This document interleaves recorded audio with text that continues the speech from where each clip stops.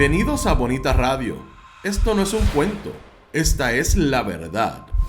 En breves segundos, la periodista Carmen Enita Acevedo estará con ustedes. Bonita Radio está disponible en Facebook, Instagram, Twitter, Spotify, Google Podcast, YouTube, iVoox y iTunes. Agradecemos a nuestros auspiciadores. Cooperativa Seno Gandía, solidez y futuro. Y Buen Vecino Café. Nuestras transmisiones son viables también gracias al apoyo de ustedes. Pueden enviar sus donativos accediendo a bonitaradio.net. Allí podrán realizar su aportación a través de PayPal o tarjetas de crédito. También pueden realizar su donativo por ATH Móvil Negocios a la Fundación Periodismo 21. O pueden enviar un cheque o giro postal a PMB número 284. P.O. Box 194000, San Juan, Puerto Rico 00919-4000. Bonita Radio, esto no es un cuento, esta es la verdad. Con ustedes, la periodista Carmen Enita Acevedo, en directo desde el estudio Roberto el Indio Acevedo. Buenos días, Puerto Rico y el mundo. Soy Carmen Enita Acevedo y estamos en Bonita Radio.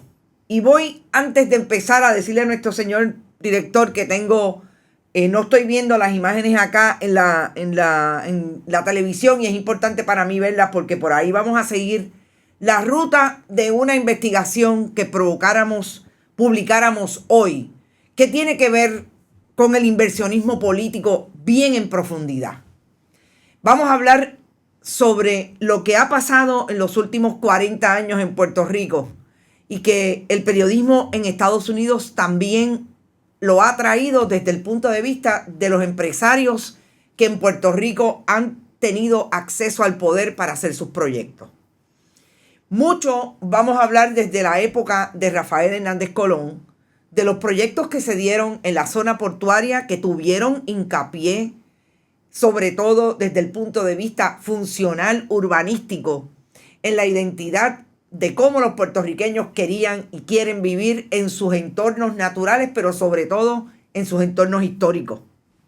Vamos a hablar de quienes participaron de esos proyectos, quienes asumieron desde aquel momento una postura relacionada con aquel diseño versus lo que se propone ahora, y cómo el entramado del inversionismo está establecido desde el día 1 y llega a percolar al punto de que fue investigado por periodistas en Estados Unidos en la década del 90, cuando hubo un gran escándalo alrededor de cómo Bill Clinton y el Partido Demócrata recogieron dinero para la campaña de 1996. ¿Cómo se relaciona eso con Puerto Rico? ¿Cuáles fueron aquellos modelajes? ¿Cuáles fueron los aprendizajes de los políticos en Puerto Rico que han estado en el poder? Y vamos a hablar del liderato de los partidos políticos.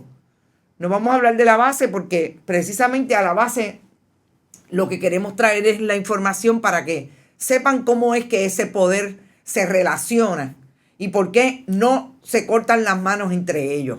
¿Qué pasó desde el punto de vista de opinión pública en Puerto Rico cuando aquello estalló en Estados Unidos? Y lo que hizo el Partido Nuevo Progresista, que entraba en una administración nueva a partir de 2 administraciones de Rafael Hernández Colón. 1993 al presente. Vamos a hablar de un inversionista político y de todos los protagonistas alrededor de eso. Gracias por estar. Estamos en Bonita Radio en miércoles de investigación. Y solamente voy a hablar de un tema adicional, porque yo creo que tenemos mucho de qué hablar y analizar de esta historia que hemos publicado esta mañana, y es lo que pasó a las 7 de la mañana en 3 minutos cuando Jennifer González le hizo un acercamiento virtual a las huestes del Partido Nuevo Progresista. Pero antes voy a saludarlos a ustedes, gracias por estar. Miguel Ángel Díaz Pagán, Tatay Cardalla, por ahí está María Pérez, como siempre, Irisita Delgado. Irisita, qué bueno, yo siempre te saludo porque yo sé que tú siempre estás por ahí. Adalberto Ramos, Edgar García, Gabriel Manzano. Por ahí está Rosa Lourdes Torres, debe estar mi amiga Marisol González, Gladys Esther Cuevas, Eneida Soto, siempre Tati Pérez, Roberto Avilés, Lilian Ferrer desde Chicago, la diáspora que no nos suelta, Ivonne Fontanes, Alberto Vázquez, Robert Baldwin, compartan. Maritza Quiroz, Carmen Vázquez, Florence Ramos, Albert Vázquez, ya lo dije, Luz Díaz, mi amiga Tata desde Winter Garden, Florida. Edgar García, y saludos desde Naguabo, saludos Edgar, como me gustan los enchumbados. María Cruz, Eduardo Ortiz. Edgar García dice, buenos días, bonito. ¿Qué anunció yo oigo hoy? Nada, a eso vamos ahora. Norma Rodríguez, Lourdes Ríos, Edgardo Pérez, Moch Fuentes, ¿usted es nuevo?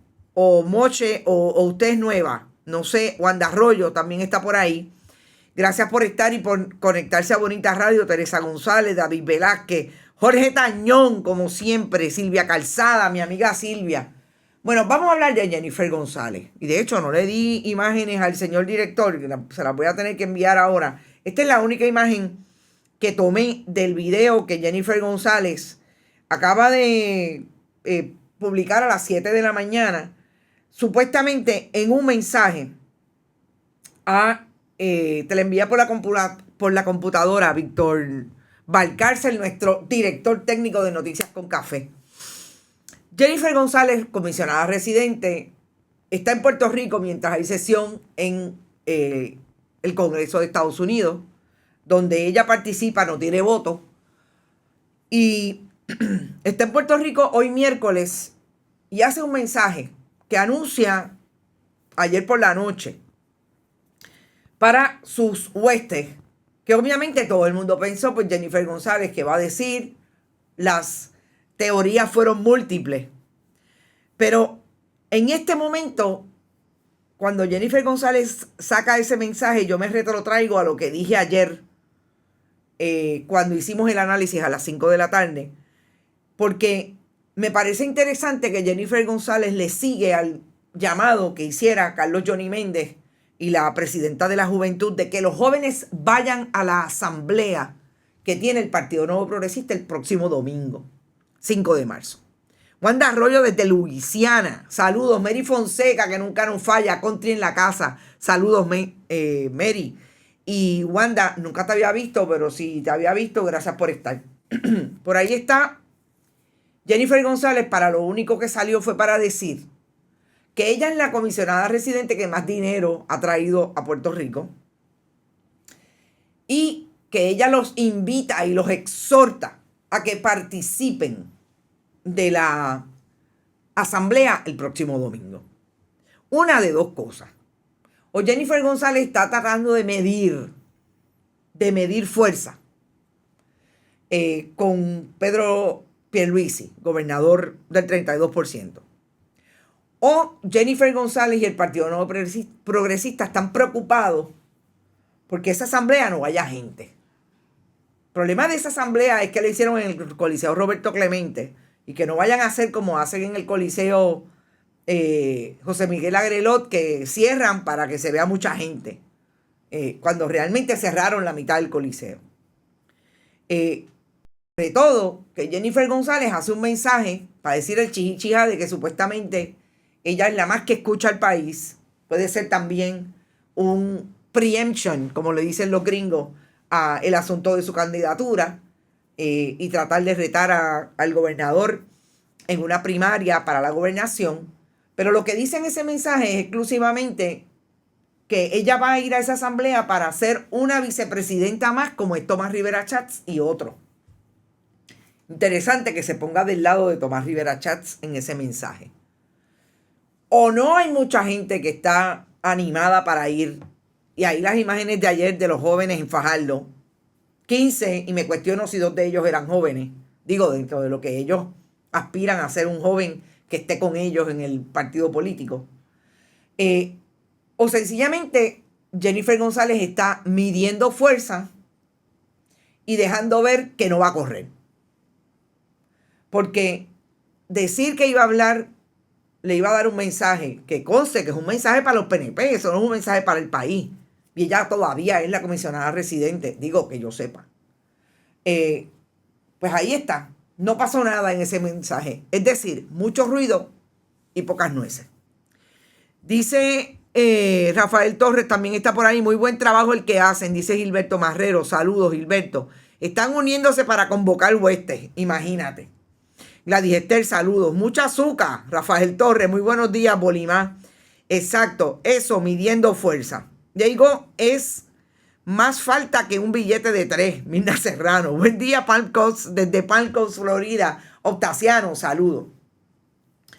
Y ahora yo creo que debemos ir a la investigación que sacáramos hoy como miércoles de investigación.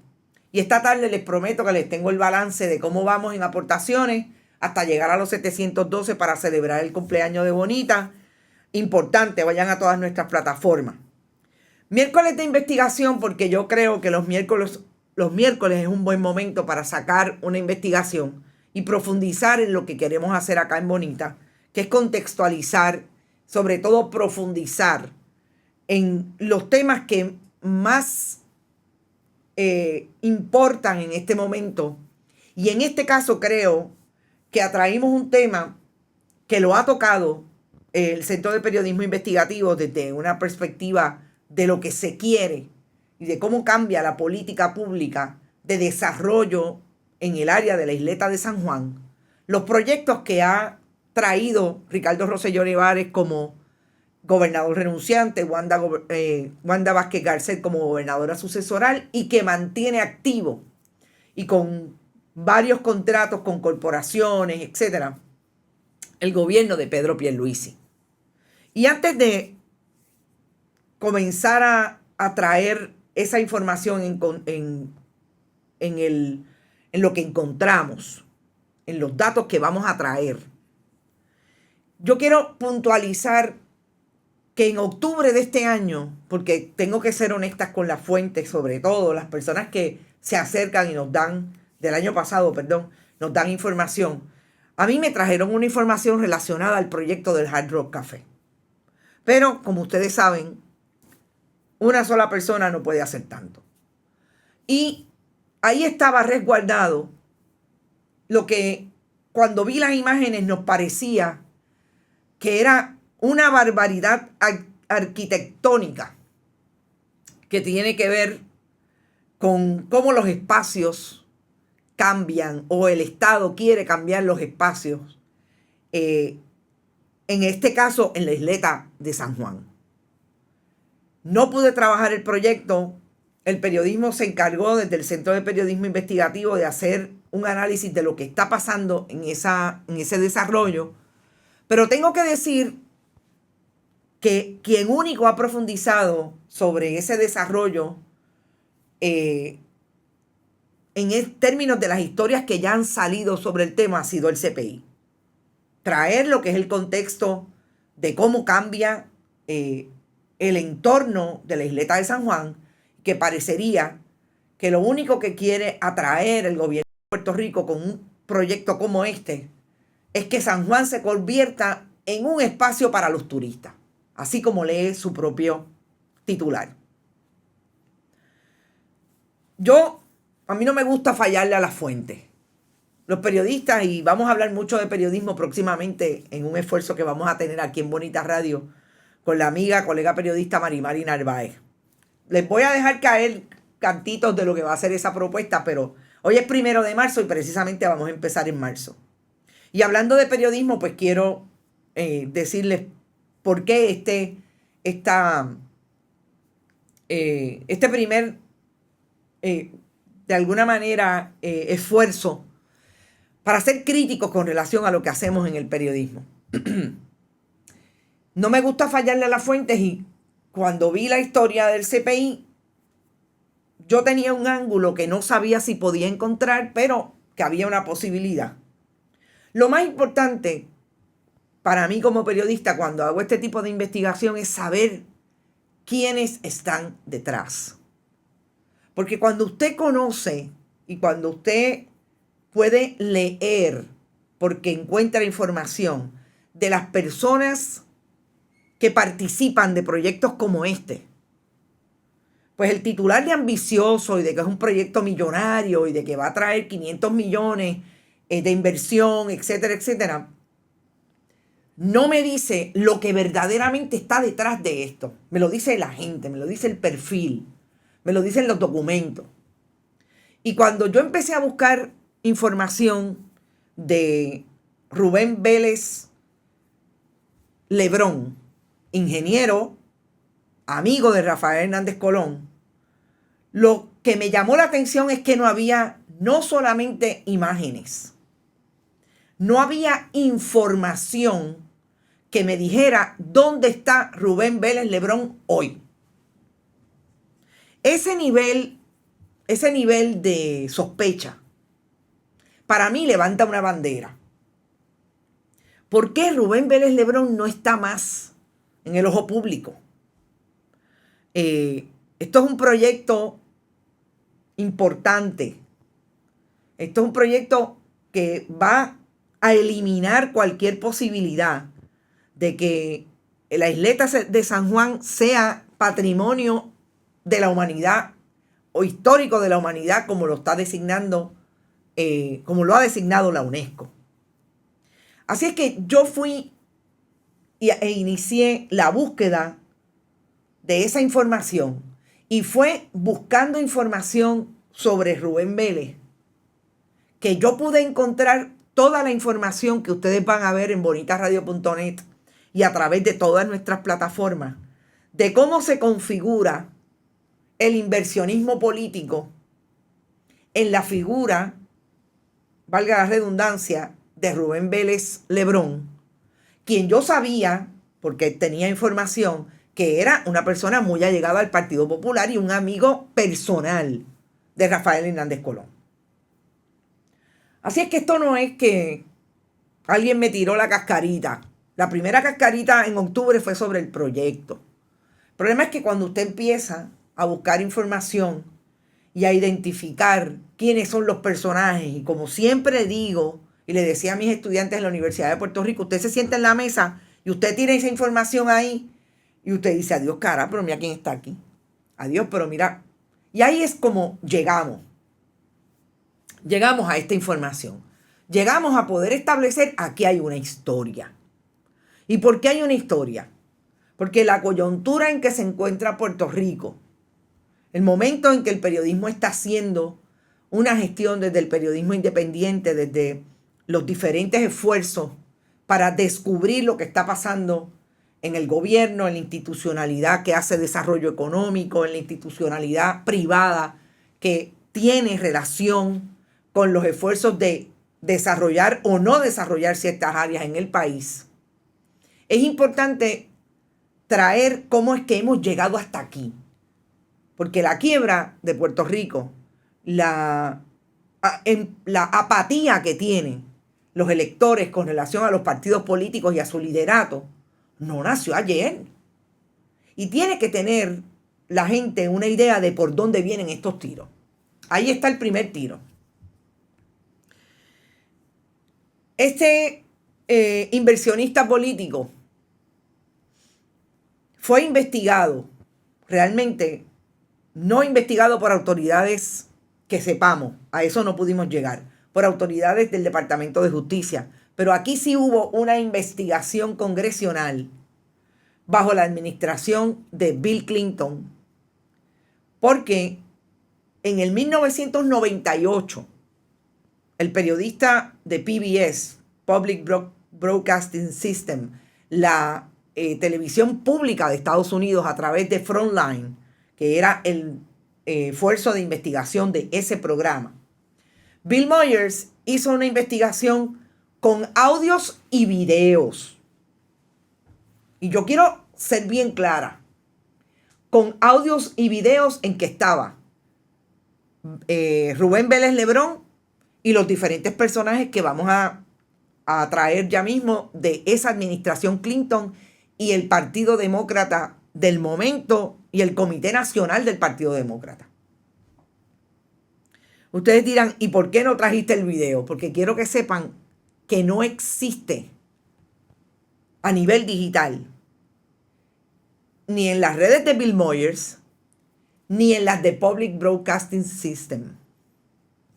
Importante porque incluso se lo pedí a PBS y nunca me contestaron. Otra bandera que me levanta. Estamos hablando de una de las presidencias más importantes desde todos los puntos de vista, sobre todo desde el punto de vista económico, para Estados Unidos. Y ese Partido Demócrata que hoy está en el poder. No existe el video, pero sí existe no solamente la transcripción del reportaje de Bill Moyer, sino que nosotros hicimos la traducción de lo que pasó en ese café con Bill Clinton en el 1996. Y voy un momento atrás para traer el cuadro completo de qué se trató la investigación de Bill Moyers. Bill Moyers descubre en ese video que el Partido Demócrata, el Comité Nacional entonces, se puso de acuerdo con la Casa Blanca. Hay dos funcionarios importantes. Dan Fowler era el chairman del Comité Nacional del Partido Demócrata. Murió en el 2020 de COVID. Este funcionario era el liaison entre el Partido Demócrata y la Casa Blanca. Nada más y nada menos que con Harold Ickes, que fue el jefe entonces, el Chief of Staff de la Casa Blanca de Bill Clinton. ¿Qué hacía el Partido Demócrata con la Casa Blanca? Le dejaba caer todos los empresarios que eran importantes tocar para buscar dinero para la campaña de 1996. En Puerto Rico, Pedro Rosselló González en 1992 ganó las elecciones. En Estados Unidos, Bill Clinton. Pedro Rosselló González ganó un segundo término en el 1996. En Estados Unidos, Bill Clinton. ¿Qué pasó en ese momento en que Bill Moyers tiene acceso al audio y al video?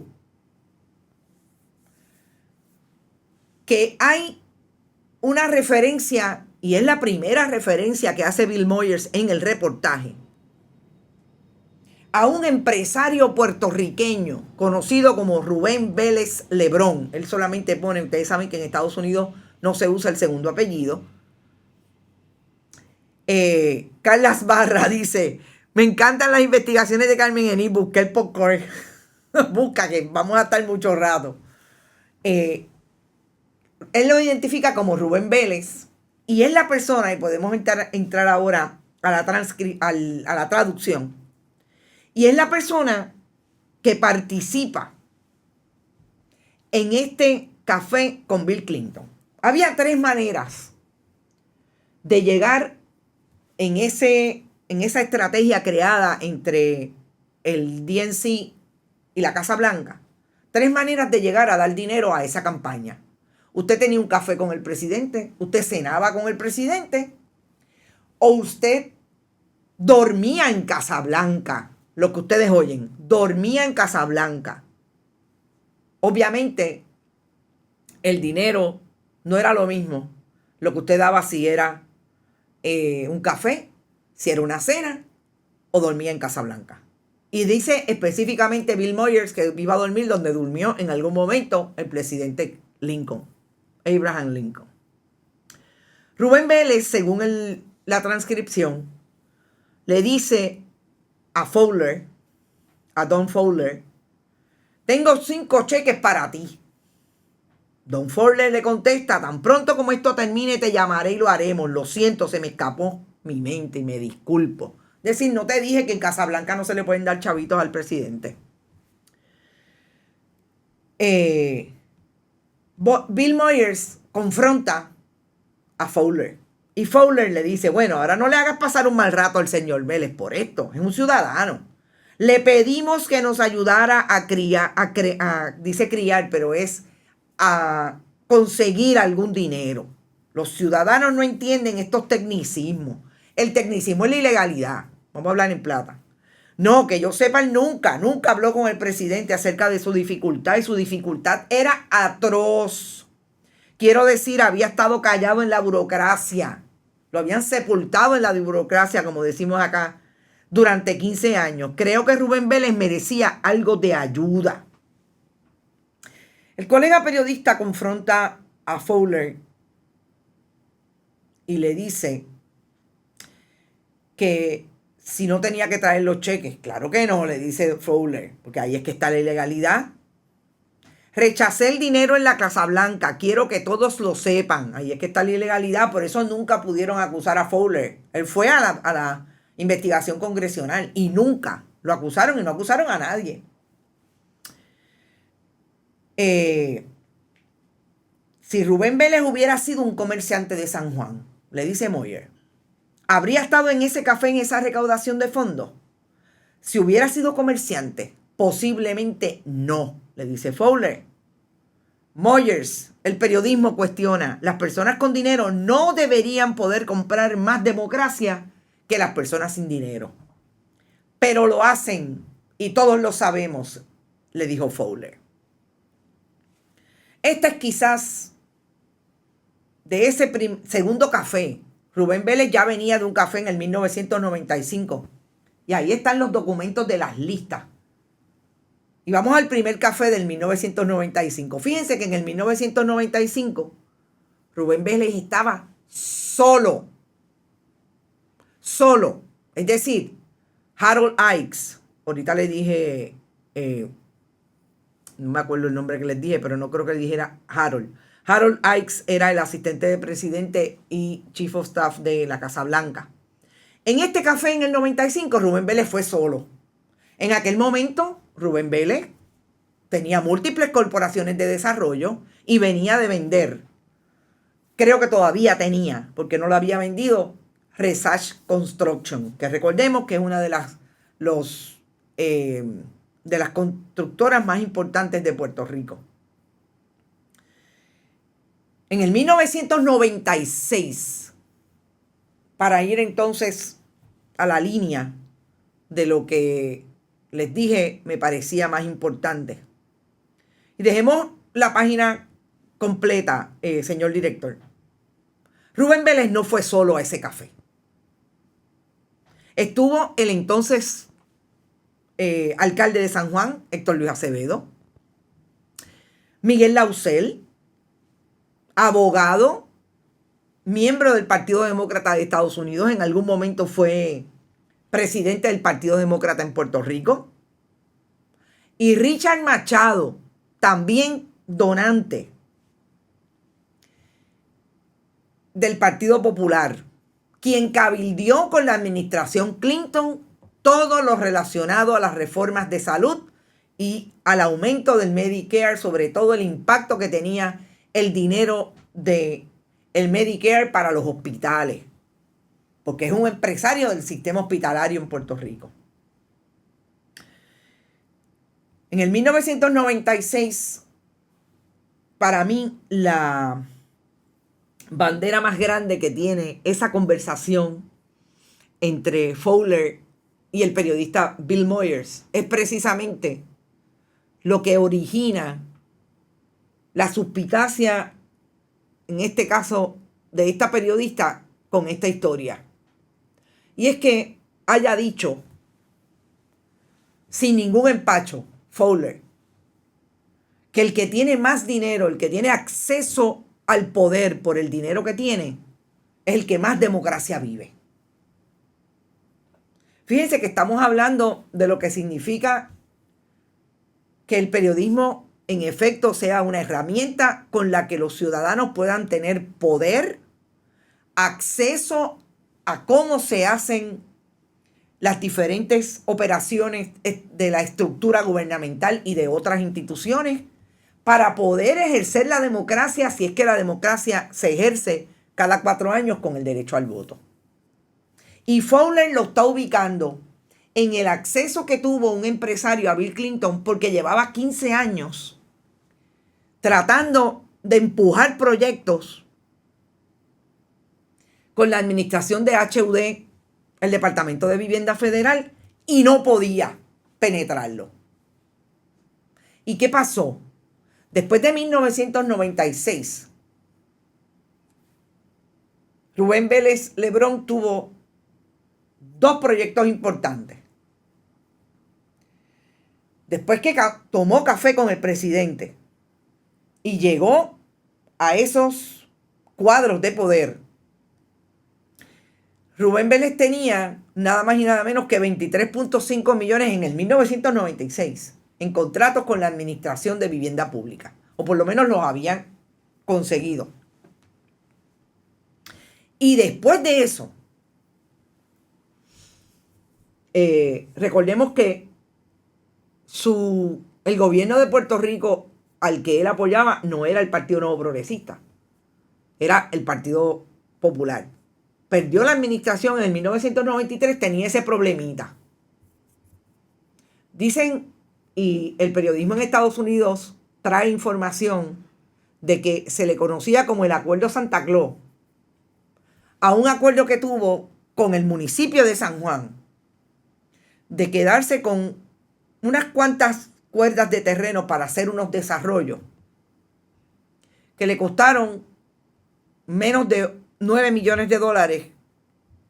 Dicen que el 50% de lo que realmente valían esos terrenos, y que eran terrenos que también tenía pertinencia el Departamento de Vivienda Federal. Y que en ese esfuerzo no tuvo éxito porque cambia la administración, vino Andrew Cuomo, que fue hasta los otros días gobernador de Nueva York, y eso le afectó porque precisamente en ese periodo, 1996, 97-98, sale la investigación de Moyers, y como lo cogieron grabado diciendo que tenía 5 cheques, y Fowler admite que necesitaba ayuda y había que ayudarlo porque es que llevaba 15 años en la burocracia gubernamental. Por eso el Departamento de la Vivienda no se atrevió a cuadrarle el caso de los terrenos en San Juan. Cuando usted ve todo eso en el panorama Estados Unidos, ¿qué está pasando en Puerto Rico? Que tenemos una administración que desde 1993 creó, desde el Partido Nuevo Progresista con Álvaro Cifuentes y Pedro Rosselló González a la cabeza como presidente del PNP y gobernador de Puerto Rico, una organización que se llamó Empresarios con Rosselló. Fíjense que estamos hablando de una administración, de un inversionista político que viene del Partido Popular, o de querer que ese sea el partido que gane todas las elecciones, versus un Partido Nuevo Progresista que llega al poder también aliado a la administración Clinton. No nos olvidemos, los demócratas no son solamente PNP y populares, son de los dos. Y hace exactamente lo mismo, con una diferencia. Todavía el periodismo no ha podido tener evidencia de que en Fortaleza se dieron reuniones y se recibieron cheques.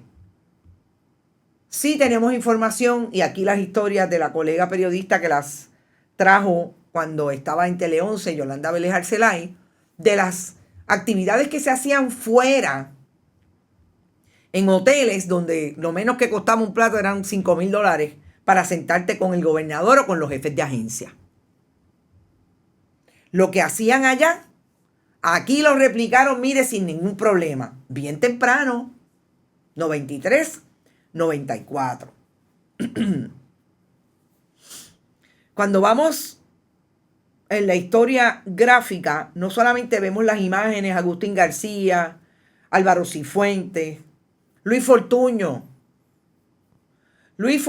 con Stuve, no es Federico, Morgan Stuve es segundo apellido Stuve, que estaba en el Banco Gubernamental de Fomento. Fortuño era director de Puerto. Y los diferentes, Marcos Rodríguez Gema, como olvidarlo cuando está sentado con el gobernador de Puerto Rico. Y los diferentes jefes de agencia, nos damos cuenta qué pasaba aquí versus lo que pasaba en Estados Unidos. Pero en este momento en que Bill Moyers trae la información en el 98, en que el Partido Nuevo Progresista asume el poder, era su presidente del Senado, Roberto Resach Benítez. Y Roberto Resach Benítez, desde allá, con legisladores del Partido Nuevo Progresista, hicieron la crítica. Y no puedo traer las imágenes porque no pude llegar a la Universidad de Puerto Rico, pero aquí, en efecto, está Pedro Rosselló González con Roberto Resach Benítez. En la foto que tienes en el preview. Gracias. Era su presidente del Senado. Y en algún momento, lo más interesante fue que los legisladores del Partido Nuevo Progresista hicieron la crítica de lo que estaba pasando con Rubén Vélez. Trajeron la información, cabildearon en Estados Unidos para hablar del asunto. Pero bien rápido hicieron así. ¿Por qué? Porque ya en Puerto Rico se había estructurado no los cafés, no las cenas, no dormir en la fortaleza. El plan que Víctor Fajardo delineó claramente y que no lo dejaron decir en el récord judicial, para que los empresarios le pagaran la campaña de 1996 a Pedro Rosselló y al Partido Nuevo Progresista. Ustedes me dicen a mí que esto no es exactamente lo mismo, con diferentes protagonistas, de diferentes maneras. Es increíble y lo van a ver todo en los documentos de bonitasradio.net, en la página de Bonita. Como en la transcripción usted escucha a Ickes, escucha a Fowler hablando y justificando. Eso no era ilegal. Nosotros, es verdad, no, en la Casa Blanca no podíamos, pero todo lo que nos daban fuera, sí, pero es que se estructuró en la Casa Blanca, no importa. Eso no es ilegal. Eso es el establishment, como dirían en country Doña María, el establishment del Partido Demócrata y del gobierno de Bill Clinton. Sin entrar, y vamos a seguir ahora la ruta que siguió Rubén Vélez y que llega al día de hoy. Sin entrar en quiénes eran los cabilderos, y en la nota también está. Los cabilderos que consiguió Rubén Vélez para que lo representaran en HOT, por ejemplo. Nada más y nada menos que Susan Thomases, una de las grandes amigas de la administración Clinton, que los defendió en el caso de Whitefish. No es Whitefish, Whitewater. Whitefish era el de aquí. O sea, el poder lo acercó, y el poder adquisitivo sobre todo, lo acercó a toda la gente que lo podía ayudar para que Henry Cisneros, que era el secretario del Departamento de la Vivienda entonces, consiguiera que su jefe de oficina lo viera para negociar el asunto de los terrenos y de los contratos que tenía con vivienda pública. Todo eso se dio en los años 90. Mientras en Puerto Rico había un Partido Nuevo Progresista que era gobierno, que estaba diciendo que aquellos lo hicieron mal, pero inmediatamente se callaron la boca. La investigación congresional no llegó a nada, pero ahí está el récord, sobre todo el récord del periodismo, para establecer cómo fue que se llenaron las arcas en Estados Unidos. Y acá, en Puerto Rico, estábamos haciendo lo propio, que tengo que decir que en aquel momento había un periodismo y la capacidad de unos medios tradicionales que le daban oportunidad a los periodistas de que hiciéramos el trabajo que teníamos que hacer. Ahí están los trabajos de Yolanda Vélez y de tantos compañeros que hicieron esfuerzos relacionados en descubrir lo que estaba pasando con empresarios con Rosselló, que terminó en las múltiples acusaciones, más de 50 jefes de agencia convictos por corrupción en la oleada que se llevó y protagonizó desde la Fiscalía de Estados Unidos en Puerto Rico, Guillermo Gil Bonal. De todo eso que tenemos del antecedente del inversionista político, cuando llegamos a la transacción del Hard Rock Café, vemos Whitewater y Belgrajales. Fue Whitewater. La tengo aquí porque tuve que entrar en ese personaje, Susan Thomases, que es súper importante. Precisamente en el entramado Clinton, Rubén Vélez. ¿Usted sabe cuánto cobra Susan Thomases por hora por atender a un empresario? Olvídese de los millones. Pero es un personaje bien interesante porque está en todas las veces. Recordemos que Whitewater era la intervención de los Clinton en un banco de inversiones cuando él era gobernador y fue una investigación bien interesante, pues esta fue la que lo defendió. Llegamos a Puerto Rico al 2015 y voy a empezar con el 2015 porque si nos creemos que el Hard Rock Café y la enajenación de esas 3 parcelas que están en el área de la zona portuaria es lo único, estamos equivocados. En el 2019, Bonita Radio hizo una investigación sobre lo que se conoció como, y lo que se conoce hoy como el Hotel Provincial. Nada más y nada menos que en la sede de la estructura que ubicaba, y utilicemos por favor la primera imagen, esa imagen que el gobernador de Puerto Rico inauguró en enero del 2021 en la antigua sede del Departamento de Estado. Esa edificación la enajenaron por 40 años. En este caso, la administración de Alejandro García Padilla, desde que en el 2016 firmó, y yo entiendo que tenemos la escritura pública, Luis Rivero Cubano, quien fuera el entonces director de la Autoridad de Tierras de Puerto Rico, firmó un acuerdo para enajenar ese bien por 30 años y hacerlo un hotel.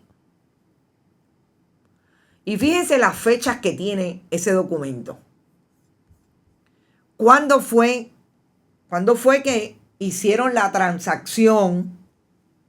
El 27 de diciembre del 2016. Este no es el provincial, pero déjalo en pantalla. Este no es el provincial. Este es el Gran Hotel San Felipe del Morro, que aunque usted no lo crea, está vigente este contrato, que tiene vigencia de 40 años hasta el 2082 y que nada más y nada menos pretende enajenar por 40 años la sede del Instituto de Cultura para dárselo a un empresario.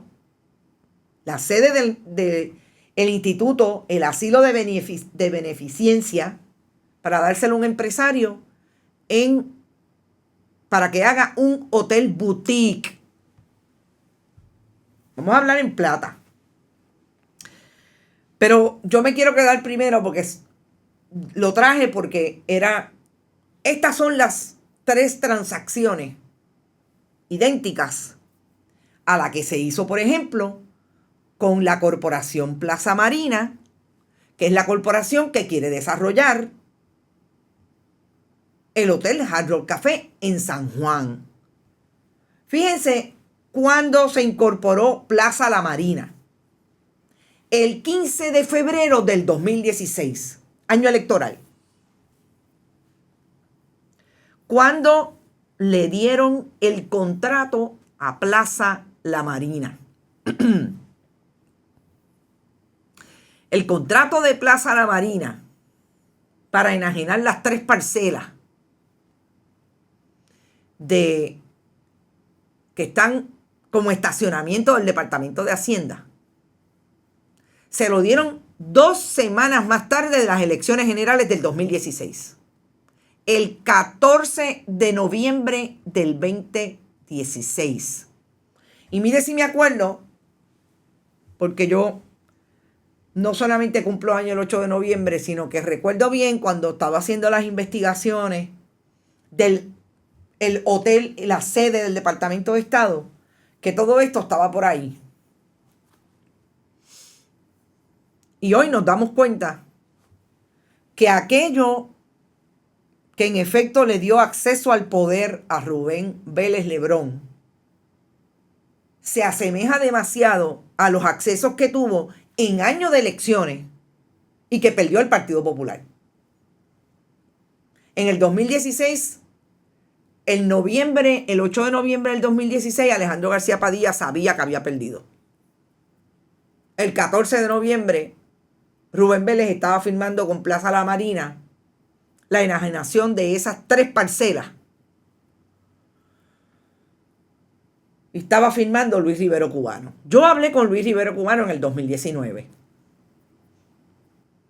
En el 2019, Luis Rivero Cubano me dijo, cuando yo lo confronté con estas transacciones, que el gobierno no tenía dinero, que había que hacer dinero.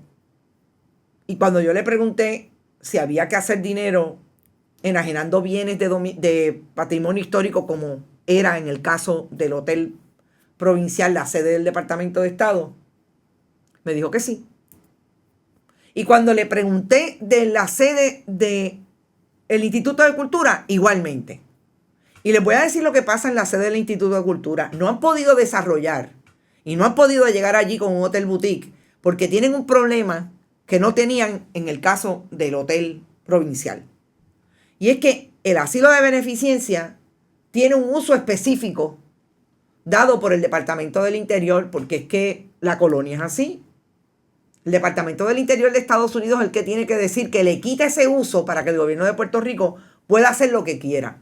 Ahora, es importante decirle que ese contrato está vigente en la oficina del Contralor, aun cuando la corporación de Arnold Venus, que es la corporación a quien le dieron también la posibilidad de enajenar ese bien para desarrollar un hotel, no paga derechos desde el 2021. Importante. Cuando nosotros hicimos la investigación en el 2019, Arnold Venus no pagaba derechos sobre esa corporación, a pesar de que tenía un contrato firmado para tratar de hacer un hotel boutique en la sede del ICP. Y cuando yo confronté, en aquel momento me hablaban, eran mucho más diligentes, sobre todo mucho más honestos con los periodistas.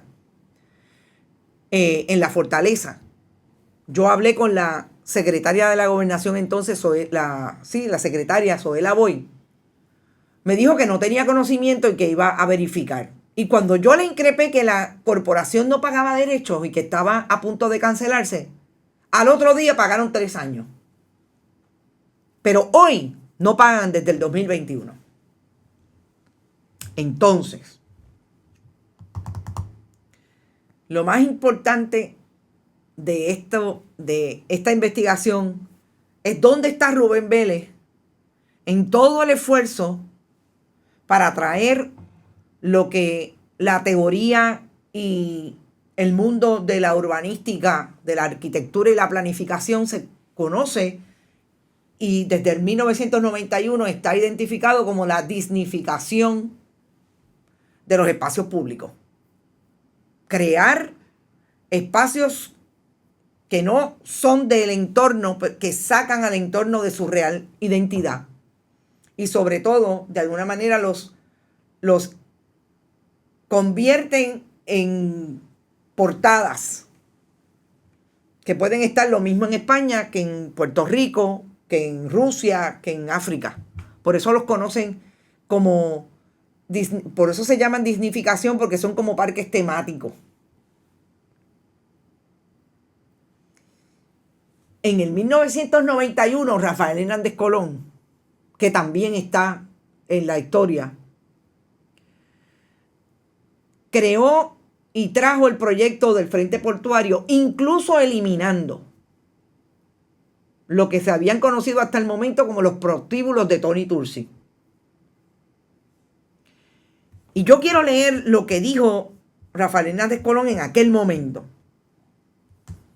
En aquel momento, Rafael Hernández Colón hablaba de que el desarrollo del Frente Portuario, de lo que se conoció como el Frente Portuario, que tengo que decir que el diseño de ese Frente Portuario le provocó un premio, no solamente a Paseo Portuario, que es la corporación de desarrolladores que presidió en aquel momento el ingeniero Vélez Lebrón, sino al grupo de arquitectos que diseñó en aquel momento, y déjenme citar la firma de arquitectos, Milton Ruiz y Asociados. le valió un premio de diseño del American Institute of Architects. Y en aquel momento, cuando Rafael Hernández Colón lo presentó, dijo: han sido de intenso trabajo los meses transcurridos desde mi pasada presentación del proyecto, tanto para el gobierno, y podemos poner la imagen donde está el gobernador entonces con el desarrollador, el ingeniero Vélez Lebrón, tanto para el gobierno como para la compañía desarrolladora Paseo Portuario, esfuerzos que hoy se concentran en la firma del contrato y que muy pronto se concretarán en el extraordinario desarrollo urbanístico que transformará este histórico puerto de San Juan. Aquí veremos surgir un vecindario nuevo y completo con viviendas, oficinas, tiendas, diversión, parques y paseos, nueva vida a este lugar. Y todo con gran sentido estético y urbanístico. Como dice Margarita Gandía, y a quien cito en esta historia, es que no es oponerse a que haya desarrollo, es que el desarrollo sea ordenado. Y aquello que en el 1991 Rubén Vélez, como ingeniero proyectista de este desarrollo, aceptó y contrató con el gobierno de Puerto Rico, lo tiró por la borda a los 91 años.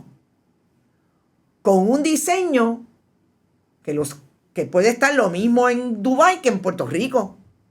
Que rompe totalmente, que rompe con la idea y con el principio de lo que es una ciudad histórica amurallada. Pero todo gracias a que, yo no sé, bueno, han dicho que son sobre 500 millones. A que todavía a los 91 años, que tengo que decir que Rubén Vélez, a quien traté de conseguir, pero mire, no hay manera, vive en uno de los proyectos de viviendas que se hicieron alrededor del puerto de paseo del Frente Portuario. O sea, una cosa es ahora para firmar un proyecto que a saber cuántos millones le va a dejar a él y a su familia, a lo que en el 1991, a los 60 y pico de años, que tampoco tenía 22, entendió como bueno, porque fue la política pública que tenía Rafael Hernández Colón y los que trabajaban. Yo me imagino a Patria Custodio como presidenta de la Junta de Planificación bregando con esto, los urbanistas y los planificadores.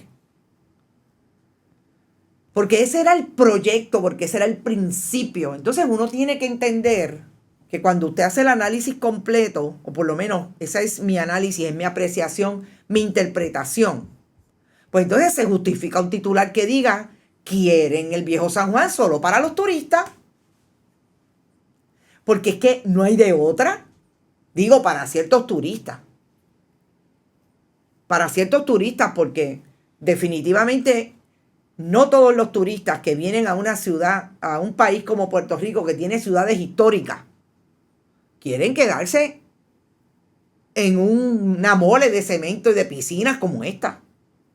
O sea, yo no concibo un hotel en el viejo San Juan que tenga 3 piscinas o 2 piscinas, cuando a 2 minutos está la playa del Escambrón. Ah, perdón, que también la quieren privatizar. Claro, pero ellos podrían entrar porque son turistas. Gente, y sobre el asunto de la dignificación se ha escrito muchísimo y les voy a recomendar, y de hecho está ahí mismo, una publicación de economía.es, que es excelente y precisamente habla sobre este asunto. Déjenme decirles, eleconomista.es. Y hay un economista que hace mucho análisis del concepto de la dignificación vis a vis el asunto de los Airbnb, y a partir de lo que el profesor universitario Peter Fallon trajo sobre ese concepto. Por lo que estamos viviendo y está pasando en los diferentes países, en el mundo entero, con este principio de solamente vamos a conseguir dinero para nuestros países si lo creamos y sacamos a la gente de nuestros países y los creamos para esta otra gente, que vienen a proponer que volvemos. A Puerto Rico llegan muchos turistas que no todos quieren irse a un Hard Rock Café en el viejo San Juan con piscina y casino. pero que sean puertorriqueños quienes estén proponiendo desde la arquitectura. Ahí en la historia les digo quiénes son los socios. Hay 2 ponceños y esos 2 ponceños tienen un hotel, el Hotel Aloft, en el caso de Abel Misla Villanueva, en Ponce, que tiene un Hard Rock Café. O sea, esta gente también son de los que van a privilegiar. Yo leía una historia también de un compañero en Ponce, de que lo que quieren es convertir a Ponce en un centro de juego, de casino. O sea, es que no hay manera de buscar dinero de otra forma que no sea estableciendo estas moles y estos proyectos económicos. O sea, que para sacar dinero mañana. Promover que la gente venga a Puerto Rico a jugar, a Ponce.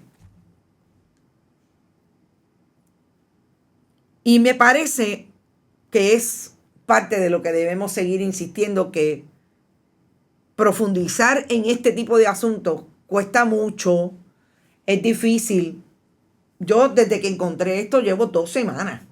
Y créanme, yo hubiera querido traer las imágenes de los políticos en Puerto Rico hablando de eso, porque hay que ir a la hemeroteca en la Universidad de Puerto Rico, pero ni tiempo, y ustedes saben que es imposible con todo lo que tenemos todos los días y sobre todo sola. Pero esto es lo que nosotros tenemos que provocar, que el país empiece a conversar. Este es el país que nosotros queremos. Estas son las informaciones que nos dicen, caramba, aquí hay una estrategia clarísima. Y eso cuando nos sentamos y decimos que Pedro Pierluisi era el secretario del Departamento de Justicia de Pedro Rosselló, cuando se estaba gestionando y articulando todo el plan para crear un esfuerzo que les diera al Partido Nuevo Progresista la posibilidad de ganar las elecciones en el 1996, como crearon empresarios con Rosselló. Pedro Pierluisi era el secretario de Justicia y 30 años más tarde lo tenemos como gobernador del 32%. Hay que jugar ese número, porque fíjense que está todo en los 30%. Y hoy el gobernador Pedro Pierluisi lo único que hace es pensar en ganar las elecciones en el 2024. Y ahora los menos que van a salir a la calle a denunciar que no tienen aumento son los empleados de la rama judicial. Los jueces no salen porque no pueden hacer piquete. Todos los fogones prendidos por las 4 esquinas. No hay servicio de energía eléctrica.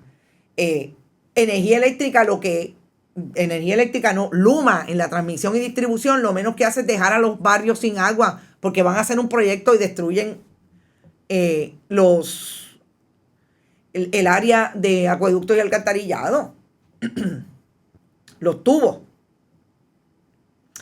José Pepe, ya esta etapa la trataron desde la década de los 60 cuando se realizó, no entiendo bien, Ilka Hernández, no, es José Pepe, cuando cerraron los casinos en Cuba y comenzaron a abrir acá.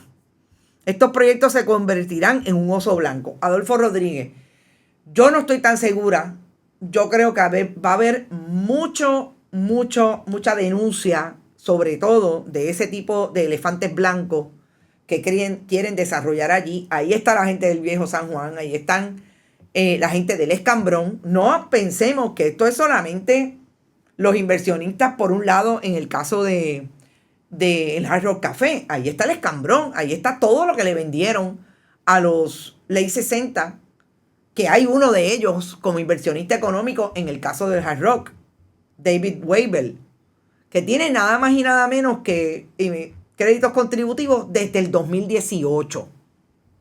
Gracias a Luis Fortuño y a Alejandro García Padilla y Alberto Bacó, que dejaron intacta la ley y que todavía la legislatura de Puerto Rico del Partido Nuevo Progresista y el Partido Popular no quieren tocar ni con una varita larga. Ahí está. Bueno, tremenda investigación. Gracias. A veces olvidamos cosas, ¿no, Ed Méndez? Ponlo en la nevera. Yo sé que la nevera ya no da, pero ponlo donde quiera que ustedes entiendan que lo pueden ver, sobre todo antes de ir el día de las elecciones a votar. Lo mismo una y otra vez, Raúl Marte. Por eso no podemos normalizar este tipo de acción, este tipo de entramado. Y recuerden, No lo escuchan en muchos lados, pero rebusque, porque el periodismo independiente estamos haciendo lo que tenemos que hacer. Esas son las informaciones.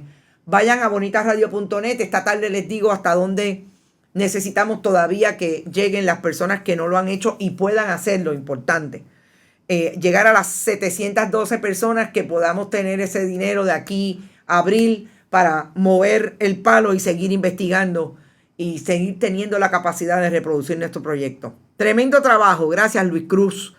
Para muchos el cemento era sinónimo de progreso, esa era la mentalidad. Johanny Fonrodona, saludos Johanny, es la primera vez que te veo. Gracias por estar, nos vamos, son las 9:02, me pasé. A las 5 de la tarde espero tener a Brenda Reyes Tomasini para hablar largo y tendido de la estrategia de comunicación y la comunicación estratégica. Pendiente a nuestras redes, que siempre colocamos información. Hay un contexto bien importante que lo voy a traer con Brenda esta tarde, que son las palabras de la primera ministra de Barbados, precisamente hablando de la corrupción de Estados Unidos. De eso y mucho más, a las 5 en ¿Qué Palo es Noticia? Nos vemos. Bonita Radio. Esto no es un cuento. Esta es la verdad. Este programa fue traído a ustedes por Cooperativa Seno Gandía, solidez y futuro. Y Buen Vecino Café. Y no olvide que puedes realizar sus donaciones a través de ATH Móvil en la sección de negocios como Fundación Periodismo 21. O puede acceder a nuestra página de internet bonitasradio.net y donar a través de PayPal o tarjetas de crédito. También puede enviar cheques o giros postales a nombre de la Fundación Periodismo Siglo XXI, PMB 284, P.O. Box 194000, San Juan, Puerto Rico 00919-4000. Bonita Radio, esto no es un cuento, esta es la verdad.